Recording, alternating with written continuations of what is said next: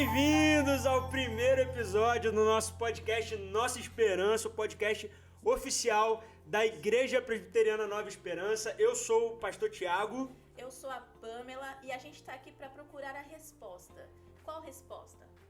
O que é a Igreja Nova Esperança? É isso, pô. E existe um método de pesquisa que eu aprendi lá na época da faculdade, que é de você analisar as coisas pelo que elas não são. Você fala do que as coisas não são e aí você descobre o que as coisas são. Então vamos começar esse podcast dizendo o que a Igreja Nova Esperança não é. A Igreja Nova Esperança não é um lugar parado. A Igreja Nova Esperança não é um lugar de divisão? Boa. A Igreja Nova Esperança não é um lugar chato. A Igreja Nova Esperança não é um lugar de solidão? É boa essa palavra. A Igreja Nova Esperança são as pessoas. E para você conhecer essa igreja que a gente está aqui, para conhecer a história das pessoas, e aí assim a gente conhecer a história da igreja. Pô, bacana. E para o nosso primeiro podcast, para abrir com chave de ouro, estamos aqui com o pastor Wesley Porto. Nada mais, nada menos que o fundador da Igreja Nova Esperança. Obrigado, Pastor, gente. seja muito bem-vindo, a gente está muito feliz. Sensacional estar aqui com vocês nesse primeiro evento, né? Nesse primeiro momento aqui do Nossa Esperança e muito honrado, né? De ter sido convidado e poder estar aqui compartilhando esse lançamento com vocês, tá? Boa, pastor, quando a gente sonha muito com uma coisa, a gente planejou muito tempo esse podcast para trazer aí nesse momento de aniversário da igreja, e é muito legal a gente tirar ele do papel. Então vamos começar essa conversa já fazendo a pergunta de ouro. Como é que foi tirar a Igreja Nova Esperança do papel? Como é que foi começar a igreja? Como é que a igreja surgiu? Boa pergunta, hein? Essa é uma pergunta que eu mesmo tenho me feito, né, ultimamente, porque a gente tem a ideia de escrever a história, né? Escrever um livro porque nós queríamos compartilhar da ideia de implantação de igreja entre comunidades brasileiras, né, no exterior, né? Então, a gente precisa definir bem essa questão aí. Tudo começa com um desejo muito grande, né, há mais de 25 anos atrás, né? Nós estamos falando aqui de 1900 e... É outro milênio, viu, gente? Nós estamos falando aqui de um outro milênio. A coisa começou assim, né? É tão antigo, para vocês terem uma ideia, que a Rainha Elizabeth, que faleceu hoje, ela estava bem mais jovem, né? Mas a ideia começou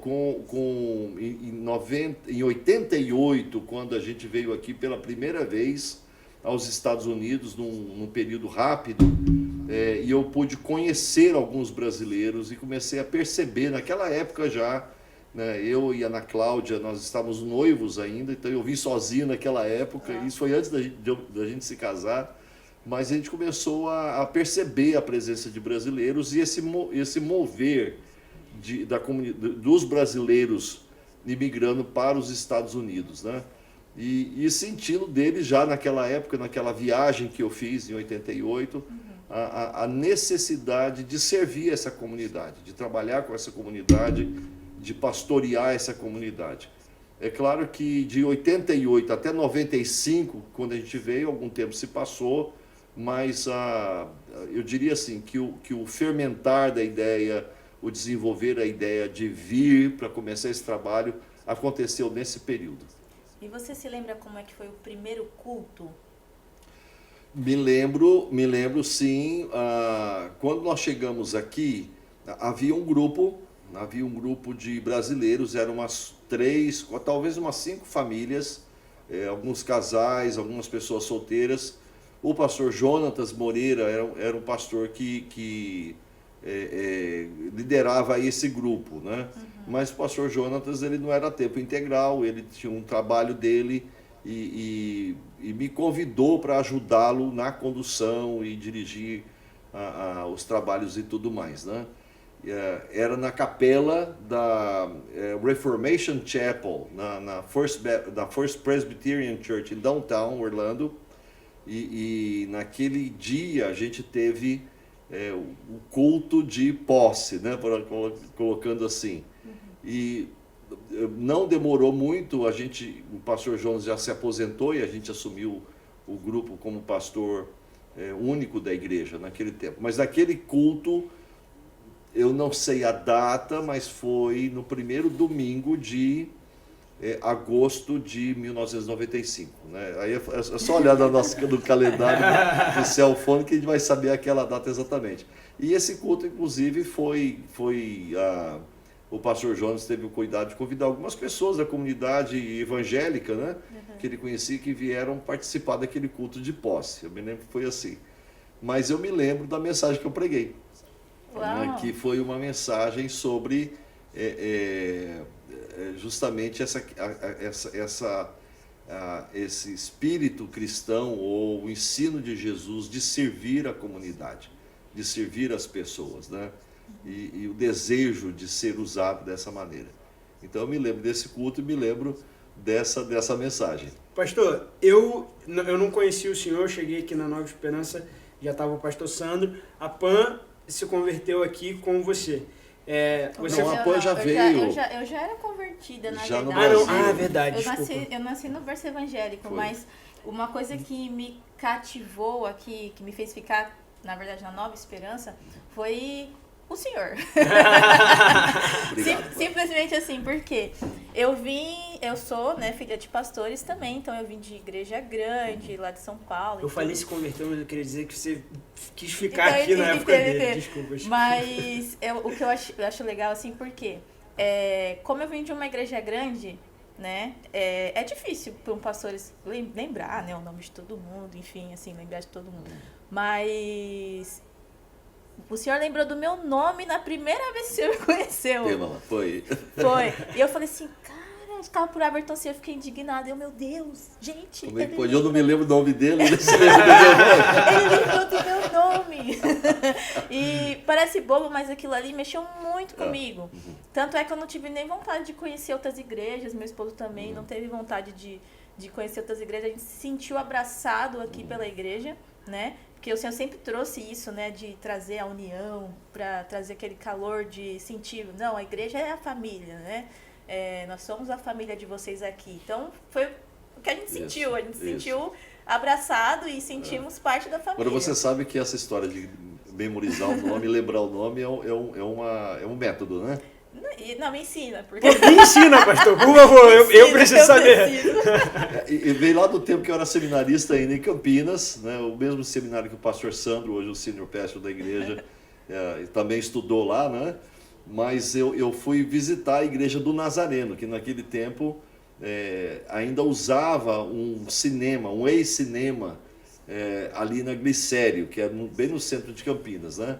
Pastor Aguiar, né, que agora já se aposentou, mas ele era lá o pastor, fundador e organizador da igreja do Nazareno.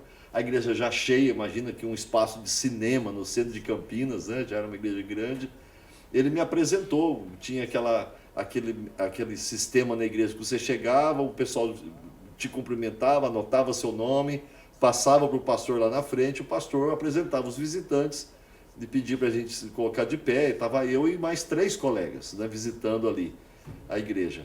Gostei muito do culto e tudo mais, né? Algumas semanas depois eu voltei na igreja, mas a igreja já era muito grande mesmo.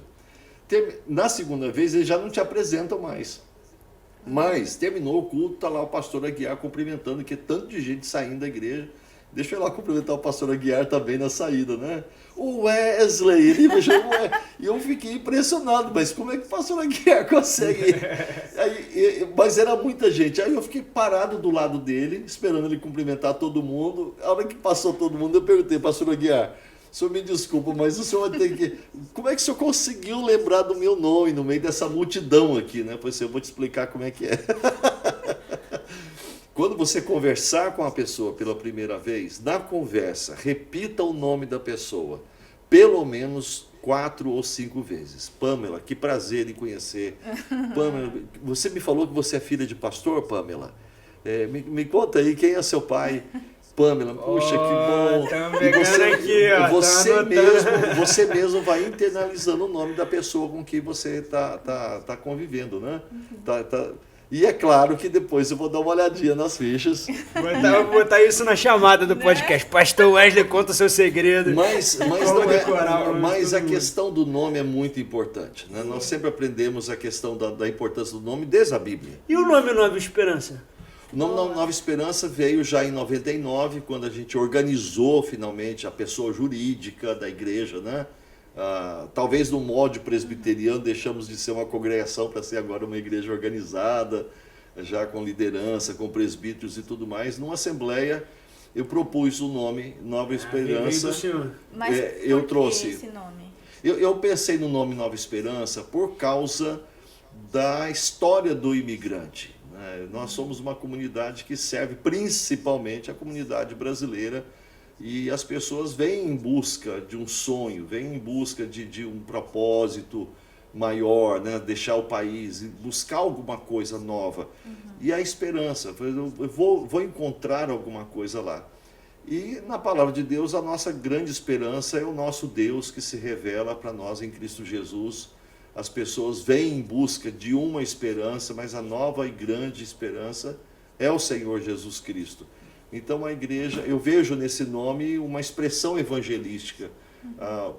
Essa comunidade que nós servimos, né, esse brasileiro, essa brasileira que está chegando aqui, no nosso logo, né, sua nova família em Orlando, eu quero que você saiba que aqui você vai conhecer uma nova esperança, você vai ter uma nova experiência de vida, vai ter um novo propósito em Cristo Jesus, né? Foi por isso que a gente trouxe esse nome aí. E ele teve comigo muito tempo. Eu fui criado em Uberaba, na minha cidade natal, na rua Boa Esperança. Eu sempre achei muito bonito o nome da minha rua, sempre, né? Todas as vezes que eu vou a Uberaba, eu vou à rua Nova Esperança e passo em frente à minha casa, onde a gente morava lá, né? E esse nome sempre esteve comigo. E Jesus sempre esteve no nosso coração, né? Jesus sempre esteve com a gente. E quando a gente veio para cá, desde aquela viagem que eu contei para vocês em 88, eu imaginava essas pessoas que vieram para trabalhar, muitos vêm com a ideia de trabalhar, e quem vem para cá só para trabalhar e ganhar dinheiro, descobre aqui um vazio muito grande. A gente já viu tanta família destruída, tanta gente que deixou o Brasil, deixou a família lá e nunca mais voltou, só em função de uma coisa tão material, né? E muitas dessas pessoas, quando, mesmo ganhando dinheiro, mesmo fazendo carreira financeira nesse país, mas conseguem realizar esse aspecto da sua vida, elas chegam no momento que dizem assim, mas é só isso? Esse sonho era só isso, né? E falei, não, é porque você veio buscar alguma coisa para encher a sua vida, para realizar a sua vida, mas quem realiza realmente é o Senhor Jesus, né? Jesus é a nossa esperança. E você acha que esse perfil desse imigrante, ele mudou dessa época para cá, assim? Ou você acha que esse vazio não, continua? Eu acho assim, o perfil do brasileiro mudou, mas não é... O ponto principal não é que o perfil do brasileiro mudou. Porque você tem vários tipos de pessoas que vêm para cá, né? Você tem desde aquela pessoa que, né, como o pessoal lá do interior de Minas, né, da minha terra, seja do leste ou do oeste de Minas Gerais, que veio lá do interior mesmo, que veio talvez até da roça mesmo, uma cidade bem pequena, e atravessou aí a fronteira, ou conseguiu um visto e veio de avião mesmo.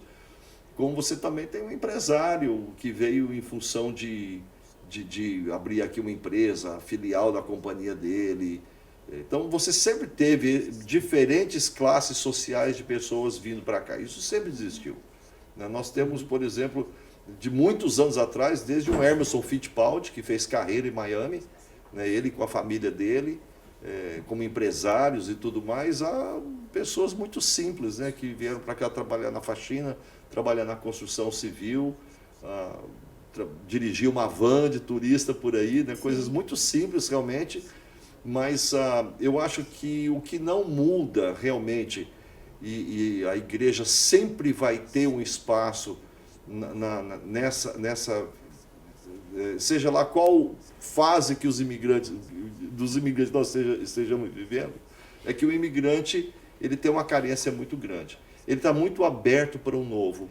O imigrante ele deixou todas as coisas para trás, deixou as raízes familiares, históricas, profissionais, e deixou muita coisa para trás. E veio atrás de uma coisa nova. esse é o momento realmente que o ser humano mais está aberto para receber a palavra do Evangelho e receber a novidade de Jesus. Eu fiz essa pergunta exatamente por isso, porque enquanto você falava um pouquinho sobre a intenção de acolher o imigrante, parece muito com as coisas que a gente sente e que a gente vê entre os nossos amigos, entre nós que somos imigrantes. E como eu falei, eu não conheci o senhor, né? E a nossa intenção, quando a gente construiu essa ideia do podcast, era exatamente pensando para todo mundo, mas é principalmente para as pessoas que estão chegando hoje na igreja e elas não conhecem a história da igreja, não sabem o que é a igreja, qual é o objetivo do que se constrói aqui nesse lugar. E eu acho interessante perceber que tudo isso que você tem falado, a gente ainda nutre aqui, assim, essa ideia de ser família, de querer cuidar um do outro, de querer estar ajudando. E eu quero voltar um pouquinho aí no que o senhor falou, assim, de 88 até 90, assim, até rolar esse convite, até rolar essa ideia, como é que foi estruturar essa igreja, assim, porque eu fico imaginando, eu fico me colocando nesse lugar, assim, de chegar nessa terra nova, o senhor também como imigrante, tipo, ter que construir uma comunidade do zero, assim, como é que foi essa experiência, assim, de construção? De 88 a 95, né, foi justamente foram os meus primeiros anos de ministério pastoral. Né? Eu fui ordenado, agora no mês de setembro, dia 17 agora, é aniversário de ordenação. Né? A gente foi ordenado, eu e mais 3 colegas juntos, lá na Igreja Presbiteriana de Cuiabá, no dia 17 de setembro de 87. Né? Então, de janeiro de 87, quando eu assumi como pastor licenciado ainda, né? Sei lá, vai se lembrar da história do pastor licenciado, até setembro, quando eu fui ordenado pastor, né? Então, a ideia mesmo começou a se concretizar mais quando eu e a minha esposa viemos para cá em 95, em janeiro, de férias. Foi quando a gente conheceu o grupo e o pessoal nos fez um convite, né? Não foi nem bem um convite, a ideia foi: se você vier para cá, se você, tipo assim, não me comprometa, né? Se você vier para cá, a gente te apoia, né? Não seria nem um apoio financeiro, a gente te recebe para você andar com a gente, né? Então, naquele janeiro de 95 até julho, quando a gente veio, foi o tempo que a gente teve realmente de estruturar uma visão de ministério. Agora, é muito difícil você colocar no papel essa questão da visão do ministério. Eu acho que a visão de ministério, a estrutura, o planejamento aconteceu mais a partir do momento que a gente já estava aqui. Entendi. Mas uma coisa a gente sabia, né? Uma coisa que isso estava muito firme no nosso coração, isso desde o início, desde antes da gente vir e principalmente a partir do instante que a gente começou o trabalho. A ideia é assim: Deus está nos chamando para trabalhar com a comunidade de brasileiros, brasileiros e brasileiras, né? O que é esse trabalho? Como é que a gente vai desenvolver o ministério? Quais são as bases desse ministério? No meu coração estava muito firme o seguinte: eu quero mostrar o amor de Jesus para essas pessoas. Eu quero ser um instrumento de Jesus na vida desse meu patrício, desse meu concidadão que está chegando aqui. Como é que eu posso fazer isso? Olha, muita gente que vem para cá, muita gente mesmo, vou colocar assim a maioria, né? Chega para cá assim, tipo, vamos ver o que vai acontecer. Conhece alguém que vai hospedar na sua casa e tudo mais, né? Então, logo de início a gente descobriu, olha, para a gente manifestar o amor de Deus para com esse nosso patrício, vamos ajudá-lo naquilo que realmente ele precisa. Então, especialmente nos primeiros anos de trabalho, era assim: a Pâmela chegava com a família dela e corria gente aí. Teve gente que eu encontrei, que eu conheci no aeroporto. Eu fui lá para me despedir de alguém e conheci um brasileiro que estava chegando ali. Esse brasileiro você vai ajudar a alugar um apartamento ou um quarto de um apartamento para ele morar. você vai ajudar essa pessoa a matricular as crianças na escola, você vai ajudar essa pessoa a arrumar um trabalho, vai ajudar essa pessoa a tirar uma carteira de motorista, que até a gente podia tirar a carteira de motorista de 6 anos, olha que coisa. E montar a vida. A gente demorava aí uns 2 meses, de 1 a 2 meses, para colocar essa pessoa ou essa família dos trilhos, né, andando e tudo mais. Essa era uma grande ajuda que a gente prestava e que a gente realmente conquistava o coração das pessoas.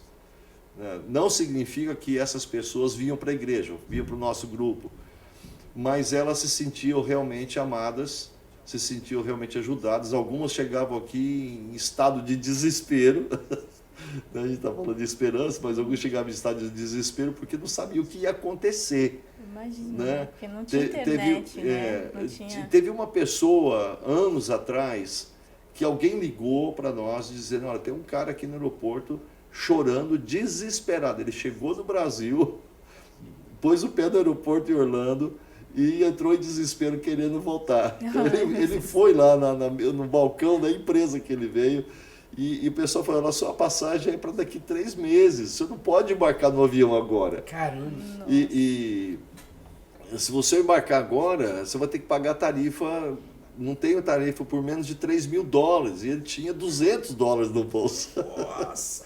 E essa pessoa se compadeceu e o que ela fez? Ela ligou para o pastor Wesley. E a gente movimenta as pessoas da igreja, aí alguém já hospedou e tudo mais. Final, a pessoa estava trabalhando, morando e continuou com a vida dela. Mais tarde ela voltou para o Brasil. Mas coisas assim, né?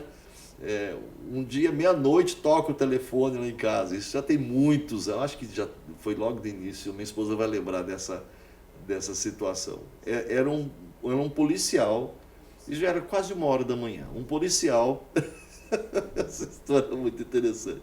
E esse homem, e esse policial falou assim, olha, o senhor é o pastor Wesley? Eu falei assim, sou eu mesmo. Falei assim, olha, tem uma pessoa aqui que não fala inglês, mas que tem um cartão seu. Eu estou falando, o policial disse, eu estou falando da central da polícia, Nossa. Orlando Downtown, quase 1h da manhã. Eu não estou entendendo nada do que essa pessoa está falando, mas ele tem um cartão seu. O senhor pode conversar com ele? Claro. Esse homem, lá na Paraíba, alguém deu para ele um cartão nosso aqui da igreja. Ele veio atrás de uma ex-namorada dele, que ele descobriu que essa namorada já estava casada, então ele veio desesperado atrás dessa moça. Deus. Ele andou a pé do aeroporto até chegar em Downtown. Isso já era agora de madrugada. Meu Deus. Enfim, a gente ajudou esse cara a arrumar lugar para ele morar, trabalho e ele tudo vira e fala, mais. esse cara é o fulano, não, mentira. Mais tarde ele voltou para o Brasil, né? Depois que a gente... Enfim, são casos extremos assim, mas essas situações aconteciam, a situação de ajudar essas pessoas aconteciam constantemente, né? Uma vez uma pessoa me diz assim, olha, a maioria dessas pessoas que a igreja ajuda vem para a igreja? Eu falei, não, a maioria não. Mas uma coisa você tenha certeza, o reino de Deus, ele é formado, ele é manifestado pelo amor de Deus. O amor de Deus, nós só podemos dar ou fazer para alguém aquilo que nós já temos. Então nós só podemos manifestar o amor de Deus se nós já recebemos esse amor. E nós recebemos esse amor de sobra, gente. Nós sabemos de transbordante. O amor de Deus é transbordante, né? Um dia, essa família, eles não eram de igreja nenhuma lá no Brasil e tudo mais, e vieram para cá. A gente já tinha feito tudo com eles, esse processo todo. Já tinha arrumado apartamento e tudo mais. Chegou um momento que a gente estava tirando a carteira de motorista da esposa, lá em Ocoee, né? Que tinha um office lá em Ocoee. E eu estava conversando com a esposa assim, e ela com a mão na cabeça olhando para mim, e eu não percebi que ela não estava prestando atenção no que eu estava dizendo para ela. De repente ela olha para mim e falou assim, por que o senhor faz isso?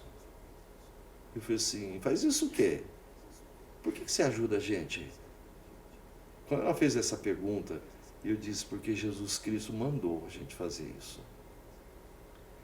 a pergunta dela era o seguinte: eu estou tão impressionada com o que vocês estão fazendo. E aí não era só a gente, porque toda a igreja já tinha, a igreja era bem menor, mas o grupo já tinha abraçado a família dela. E, enfim, essa foi uma família que realmente veio para a igreja. Ela se converteu, o marido se converteu, a filha se converteu. Mais tarde eles mudaram para Atlanta, estão lá até hoje, firmes na fé, graças ao Senhor Jesus Cristo, né? Mas casos como esse aconteceram vários. Mas a história de que... Mas nós não fazemos porque nós estamos vendendo o Evangelho por causa da ajuda. Porque nós ajudamos você, você agora tem que vir para cá. Não é isso. É uma coisa espontânea. Você veio para servir uma comunidade. Você veio para servir um povo. Você tem um chamado de Deus para mostrar o amor de Deus dessa maneira. E uma dessas experiências assim mais marcantes tem essa da polícia, mas... um dia esse irmão da igreja chega e fala assim para mim: pastor, tem um amigo nosso que trabalha conosco numa locadora de carro no aeroporto, ele está preso tem mais de um mês. Já tinha passado o Natal, o Ano Novo, ele passou preso. Eu descobri que ele é meu conterrâneo de Uberaba também, né, da minha cidade de Uberaba, né? E falei assim: pastor, nós já juntamos o dinheiro para... Ele está preso porque ele foi acusado pelo gerente da locadora onde ele trabalha de ter roubado um carro. Mas ele não roubou o carro. Ele trabalhou 3 turnos. Quando já era de madrugada, ele queria dormir 5 horas. Demora ali na Semorã, perto do aeroporto. Ele pegou um carro de estacionamento, sem autorização do gerente. Foi para casa, dormiu e voltou. Quando ele voltou, a polícia já estava esperando ele. Ele foi preso por roubo. Mas ele não roubou. Tanto é que ele devolveu o carro, né? Ele pode ter usado o carro sem a permissão, mas não cometeu um crime, mas o gerente o acusou. Enfim, ele já estava preso mais de um mês. Os colegas de trabalho não conseguiram juntar o dinheiro para a fiança dele. Como eu já disse, ele tinha passado Natal e Ano Novo preso, né? Eu consegui visitar esse rapaz. Um capelão da prisão me permitiu entrar, conversou comigo. Esse rapaz, na hora que me viu, ficou sabendo que eu era brasileiro, me abraçou, chorou. E ele disse assim: olha, pastor, na minha cidade eu era oficial de justiça. Caramba. Aqui eu estou preso, feito um ladrão. E eu disse: você vai sair daí, em nome de Jesus, você vai sair daí. E como é que nós fazemos para arrumar dinheiro? Ele diz assim: olha, o gerente que me denunciou tem um cheque para me pagar. E numa outra locadora que eu também trabalho, tem um cheque para me pagar também. Eu fui lá na locadora, encarei o gerente dele, expliquei a situação para o gerente dele, e eu disse para o gerente dele assim: olha, me dá o cheque dele. Eu falei: o meu cheque dele é no nome dele. Eu falei assim: não tem problema, me dá o cheque dele. Ele confiou em mim, deu o cheque, fui na outra locadora, contei a mesma história, me deram o cheque. Agora estou com 2 cheques na mão, nominais a ele. Como é que eu faço? Qual a diferença? Porque não tem validade não. Fui no meu banco, expliquei a história para a gerente do meu banco. E disse assim: eu preciso colocar esses 2 cheques na minha conta e eu preciso descontar esses 2 cheques. E eu preciso sair daqui agora com cash na mão para ir na cadeia e pagar a fiança desse rapaz. Ela disse: eu não posso fazer isso. Eu disse para ela assim... Eu não sabia da história da gerente, mas eu disse para ela assim: eu sei que também a senhora é cristã e ama o Senhor Jesus Cristo como eu amo. E por causa do amor cristão que a senhora tem no coração, a senhora vai fazer isso para mim. Ela disse: me dá 1 minuto.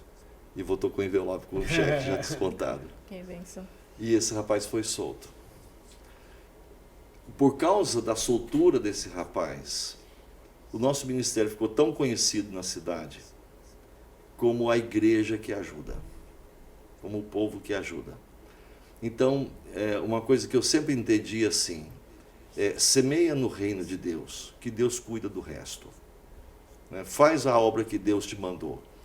Então, quando eu ia para uma situação, ou qualquer uma das pessoas da igreja ia para uma situação como essa, a oração é essa: Deus, eu não sei o que fazer, mas eu vou lá e o Senhor manda o teu Espírito Santo na frente, vai tocando o coração das pessoas. E não houve, das pessoas que foram presas, que a gente conseguiu tirar, né? que deveriam sair. Nós temos um caso de assassinato, mas eu não devo sair de lá. Eu fui lá visitar o cara, porque Jesus disse que a gente tem que visitar todo mundo, mas dessas situações de injustiça, né? Porque aqui qualquer motivo a pessoa vai presa, por motivos realmente injustos, as pessoas vão presas. Deus nos deu vitória em todas as situações. E nessa questão aí de trabalho, de pessoas doentes, enfermadas. Teve um pai que me ligou uma vez por causa do filho que tinha se metido numa encrenca com uma mulher que estava acusando Olha, era um rolo, gente, era um rolo. E eu falei assim, meu Deus, como é que sai dessa? Meu Deus do céu, me ajuda. Mas me dá sabedoria.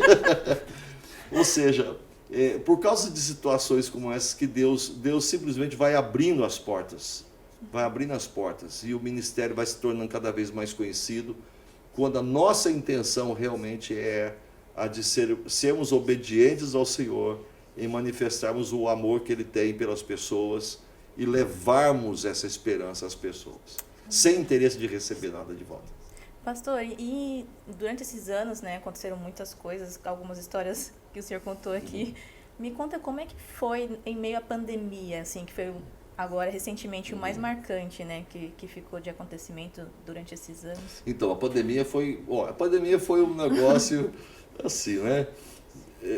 Não foi surpreendente. Foi diferente, mas não foi surpreendente, porque parece que nós passamos por tantas fases assim marcantes na história do povo americano, dos Estados Unidos, o contexto. Uma delas foi a questão dos atentados de 11 de setembro, né? Afetou a vida da igreja? Muito, assim, muito. Né? Talvez tenha abalado a vida da igreja muito mais do que a pandemia. Porque naquele tempo a igreja perdeu tranquilamente um terço da membresia, gente que foi embora para o Brasil. Né? Com medo mesmo, sim. O país ficou fechado um mês depois que abriu as fronteiras, né? Mas voltando aqui para a pandemia... Depois a gente fala... Desenrola. Porque na pandemia todo mundo tivemos que descobrir uma nova maneira de fazer igreja,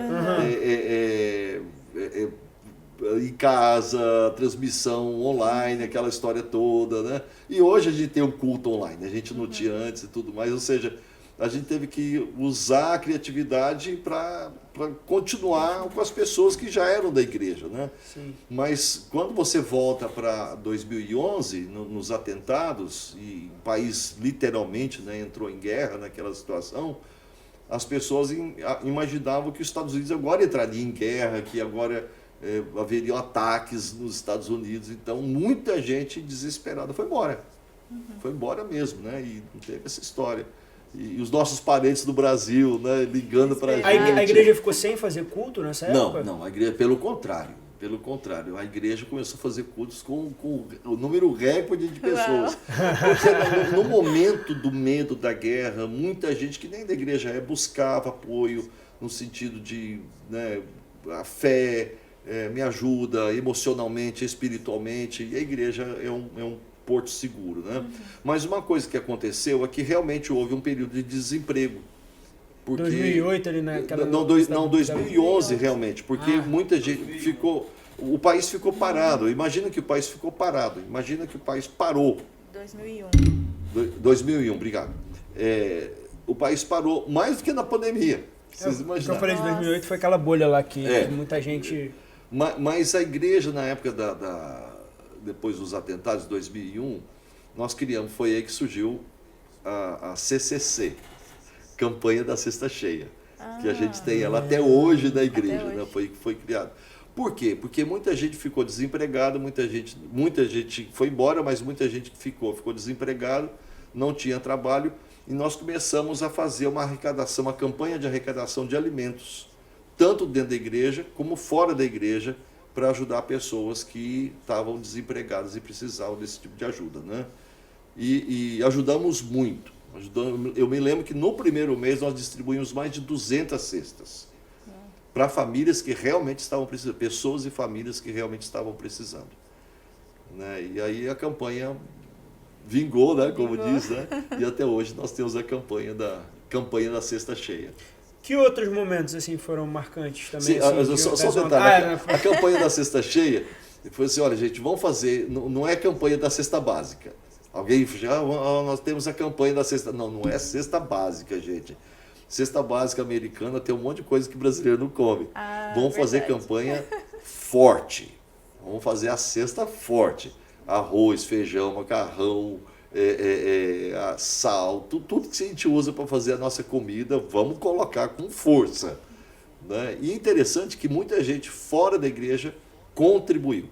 Né? Tinha gente que parava na igreja com um carro, abria o porta-mala e dá-lhe ajuda. Né? Porque aí até nesse momento a igreja já tinha toda essa reputação, né? de ser a comunidade que ajudava. Então isso atrai outras pessoas que também querem ajudar, confiam na igreja, sabem da responsabilidade da igreja e somam, né? Eu quero ajudar, não sei como, então vou na Nova Esperança para poder... O senhor tá... Ai, desculpa. O senhor estava falando desses momentos, assim, desses altos e baixos, inclusive sobre a pandemia, tal. Assim, o senhor olhando para trás, assim, o que o senhor lembra, assim, de que foi marcante desses momentos, assim?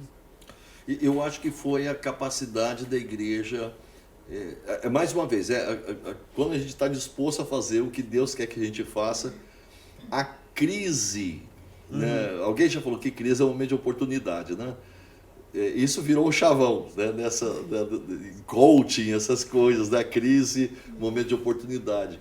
Mas a gente já sabia disso há muito tempo, né? Por causa das crises que vinham econômicas. Você se referiu à bolha, os atentados de 2001 e tantas outras coisas que aconteceram. Então você vai percebendo que todas as vezes, nessa situação de 2001, estou com 2011 na cabeça, 2001, eu me lembro que numa da reunião da liderança, o que nós vamos fazer? Tanta gente indo embora, essa irmã presbítera da nossa igreja se levanta na reunião e diz assim, nós vamos servir esse povo, nós vamos servir os que passam necessidade. Deus nos chamou, Deus nos colocou aqui para isso. Nós não vamos embora, nós estamos aqui para ser bênção, né? E eu me lembro dela dizendo isso, e aquela palavra de fé, aquela palavra de determinação dela, né, influenciou toda a liderança da igreja, que veio com ânimo redobrado.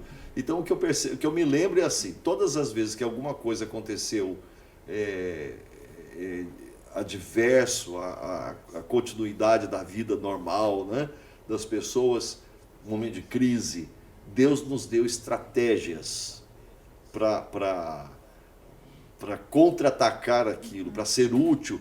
Uma palavra que sempre teve muito presente conosco é a relevância. É como ser relevante. Deus sempre nos deu estratégia e sabedoria para sermos relevantes. Boa palavra. Para que o amor dele continue sendo manifestado através da nossa instrumentalidade. Boa palavra. Acho que irrelevante dá para usar no começo, né? Daquele negócio não é uma igreja relevante. Posso fazer uma curiosidade que eu tenho? Sim. Como é que a gente chegou nesse templo e por onde a gente passou, assim? Então, passamos aqui espaços. É uma coisa, eu também tenho essa curiosidade. Então, eu tinha certeza que Deus queria que esse lugar fosse nosso. Quando nós tivemos 2 vezes aqui, essa vez agora, né, desde 2012 que nós estamos aqui, e uma vez primeira em 2003 a 2006. Nesse mesmo terreno? Aqui mesmo, nessa mesma propriedade. Aqui funcionava Conway Presbyterian Church, que já era uma igreja formada por um grupo de pessoas bem idosas, né, era uma igreja assim, que estava realmente com sérias dificuldades. E nós já usávamos, né, alugávamos uma parte do espaço lá da então St. Paul's Presbyterian Church, né, lá em Ocoee, né? Então o pastor Brian, que sempre foi lá o pastor da igreja de Ocoee, que sempre foi muito amigo nosso, muito amigo, nos acolheu, e ele disse, olha, a igreja Conway está passando por dificuldades. E eles têm um templo e tudo mais, eles não usam nada, eles têm só um culto domingo. Por que vocês não se juntam? Aí deu ideia e o presbitério nosso aqui da Central Florida se moveu e rapidinho a gente estava aqui com eles, né? Então passamos 3 anos com eles aqui. E eu me lembro que um dia a gente estava num culto aqui dentro, aí no santuário, né? E eu tive muito forte Deus falando no meu coração. Falei assim, olha, esse lugar vai ser de vocês. A gente só estava aqui tipo parceiros, mas não era proprietário, era mais pagando um aluguel do que... Ainda que a gente usasse majoritariamente a igreja, todo o espaço físico, mas não era nosso, né? E aconteceu que no final de 2006, antes da Páscoa de 2006, houve um desentendimento com a liderança dos americanos aqui. Foi um desentendimento tal que a gente decidiu que, não, vamos embora daqui. Não vamos embora daqui mesmo, né? E uma das coisas que aconteceu é que um dos líderes deles ameaçou chamar a imigração para denunciar alguns irmãos da nossa igreja. Falei assim, olha, ou a gente caminha em unidade plena, ou a gente não pode caminhar em desconfiança. Né? Você chamando, enfim, decidimos ir embora. Daí eu falei com o pastor Brian, nós conversamos com o pastor Brian, falei assim, pastor, a gente quer voltar para cá. Mas lembra que eu disse para vocês que, olha, Deus falou muito forte que esse lugar vai ser nosso. Eu fui embora para lá, nós fomos embora para lá, de volta para... Falei, mas e aí, Deus, como é que é, né? Passaram-se mais 6 anos. Passaram-se mais 6 anos e a St. Paul's começou a ficar muito grande, a gente começou a ficar muito apertado ali dentro e precisavam de mais espaço, e eles alugando o espaço dele para outras atividades, e a gente já foi ficando sem conforto, inconfortável ali dentro, né? E aí uma das pessoas da liderança da igreja disse assim, pastor, e a Conway? A essa altura do campeonato, a Conway já estava fechada há 2 anos. Ela foi alugada para uma outra igreja por 2 anos, que no final desses 2 anos também foi para outro lugar.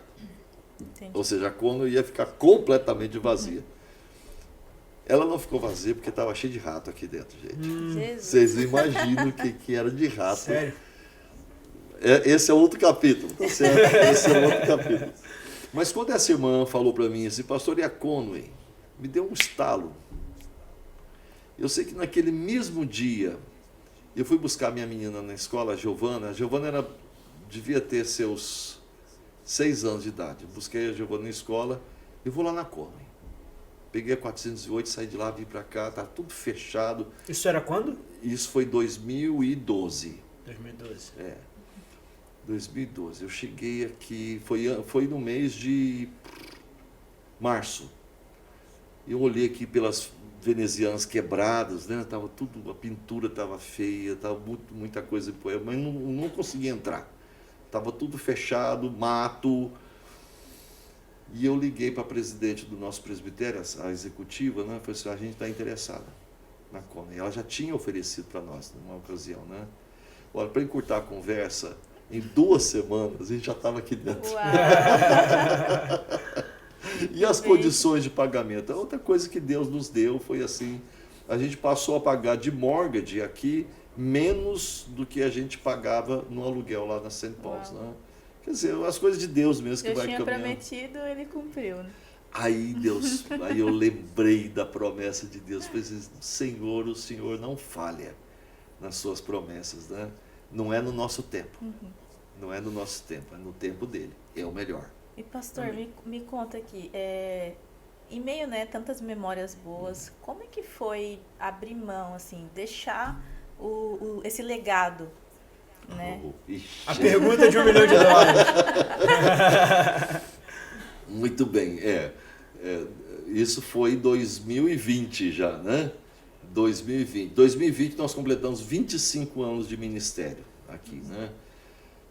Eu realmente já estava cansado. Eu diria assim que a razão principal, é claro que existe toda uma caminhada com Deus, um tempo de oração, eu e minha esposa orando, conversando, mas quando nós chegamos no ano de 2012, eu já tinha tirado um sabático um tempo antes, e eu percebi assim que cada vez mais exausto, eu sentindo assim que a igreja, num tempo bom, um ritmo bacana, uma boa liderança financeiramente, os ministérios da igreja correndo, mas você sabe, aquela demanda precisava, a igreja andava a 100 milhas por hora e eu correndo a 70, né?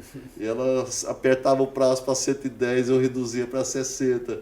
Eu já sentindo assim realmente as baterias e não conseguia renovar. Então eu comecei a perceber que em oração, sinceramente, essa foi a minha experiência com Deus. E isso não acontecia antes. Antes, às vezes eu perguntava, todo pastor pergunta, né? O senhor quer que eu saia? Senhor, eu devo sair agora? Né? Mas uma coisa que eu sempre pedi para Deus, né? Porque as pessoas perguntam para mim às vezes assim, né? Por que o que aconteceu lá na igreja? Por que o senhor saiu da igreja? Qual é o problema que é um problema comigo ou um problema com a liderança da igreja? Alguma coisa assim, né? Mas uma coisa que eu sempre pedi para Deus é a saída de Pelé. eu sou do tempo que o Pelé era jogador de futebol, né? Eu falei para você, eu sou do outro milênio. O Pelé saiu no auge da carreira dele, né? Falei assim, eu não quero sair porque está com problema, a igreja está com divisão. Eu não quero ficar na igreja até estar tão exausto que eu já estou prejudicando o ministério da igreja.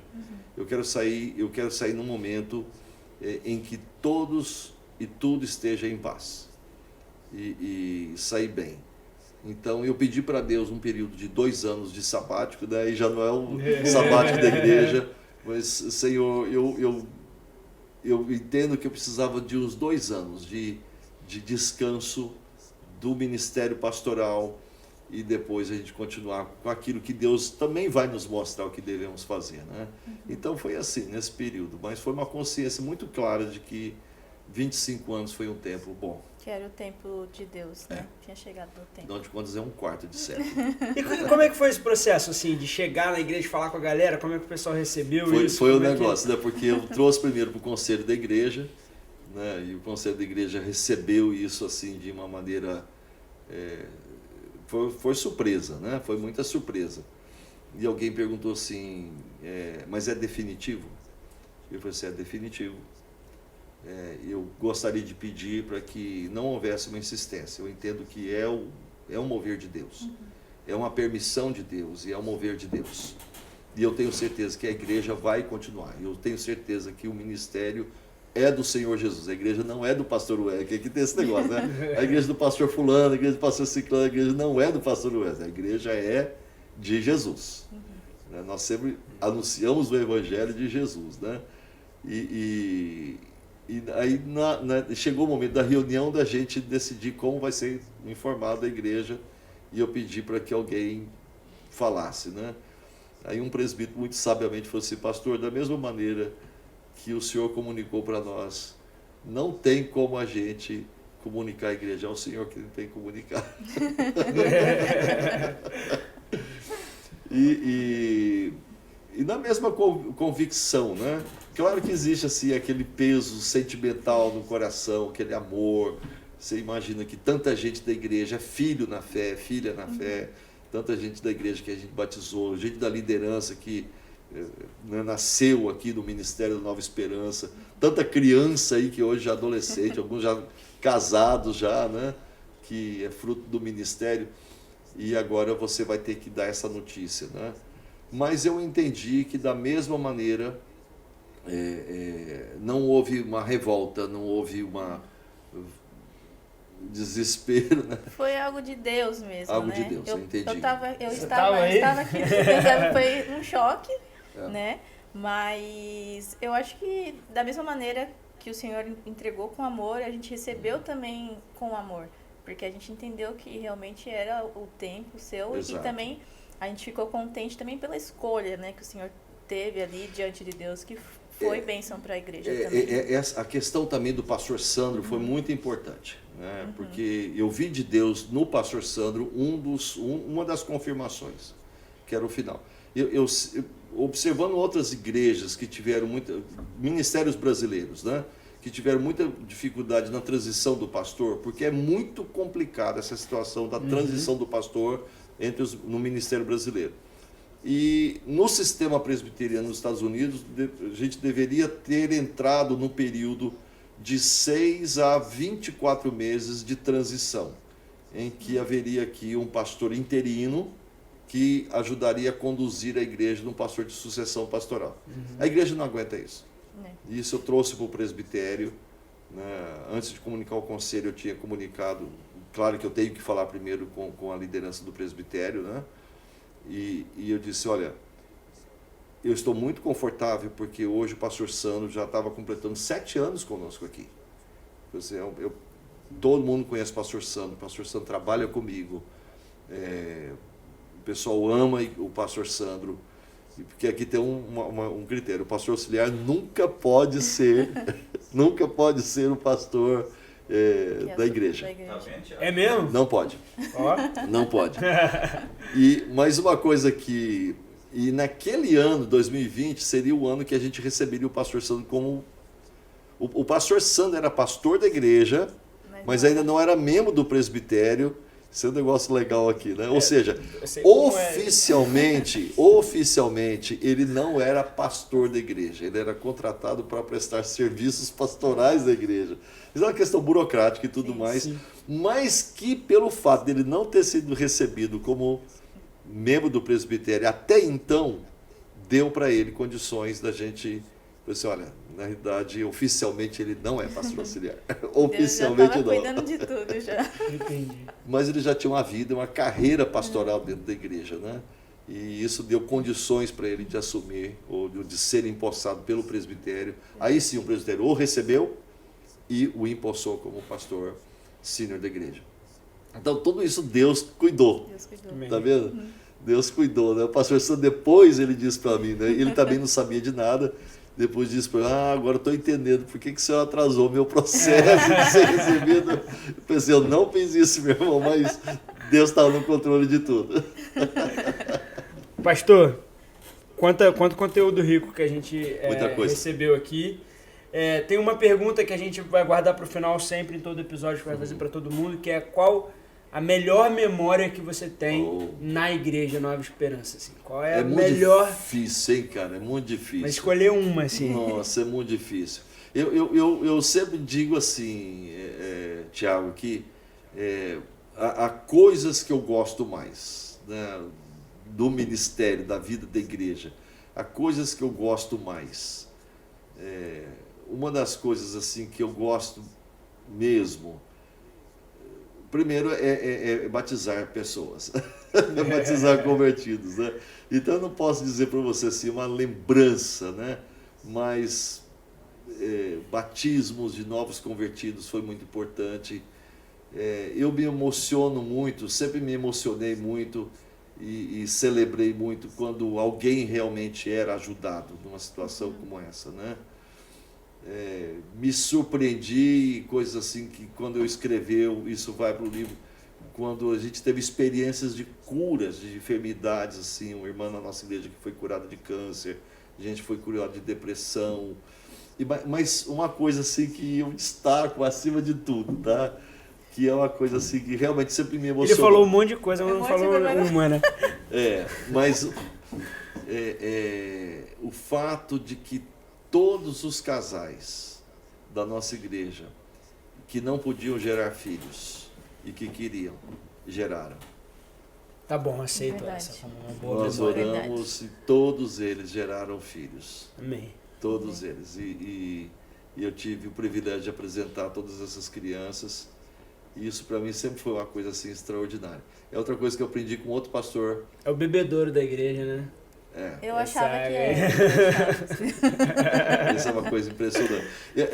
Olha, e sempre a igreja, sempre teve, as famílias sempre tiveram muitos filhos. Teve um dia que eu falei assim, olha, qual é o casal da igreja que gostaria de receber oração de fertilidade, né? E eu fiz assim com a mão, teve um monte de irmãs que apontaram. Eu falei assim, calma, gente, isso aqui não é X-Men, não. Pastor, aproveitando e falando de família, qual mensagem o senhor deixaria para as famílias que estão chegando agora? Muito bem, amiga. É uma mensagem de sempre para todas as famílias. A vida aqui nos Estados Unidos, ela demanda muito mais. Parece que, porque a gente trabalha muito longe, parece que as pessoas vão se distanciando. Cuidem disso. cuidem disso. E a igreja funciona como um lugar de unidade das famílias. A igreja é esse lugar de unidade da família. Então, nunca pense na igreja como uma... A igreja é a família em Orlando, essa é a questão, né? É o lugar onde você encontra domingo, a gente almoça junto, a gente celebra junto, adora junto, aprende junto, ora uns pelos outros. É o momento da família. Então, não despreze esse momento, não troque de maneira nenhuma as promessas de Deus, que só encontramos na comunidade da fé, onde nós renovamos a fé nessas promessas de Deus por um prato de lentilha. Não faça isso. E os casais que eu já vi, infelizmente, já tive o desgosto de ver, né, a tristeza de ver casais que se afastaram disso. Ou porque está cansado, ou porque tem que ir na praia no domingo. E eu sempre falava assim, cuidado com a maldição dos 3 P's. Praia, parente, parque. Eu sou de um tempo que quando você fazia aniversário, você ia na igreja, dava testemunho do seu aniversário, levava uma oferta de gratidão a Deus. Hoje as pessoas fazem aniversário, vão para o parque, vão para a praia. Não tive tempo de ir na igreja.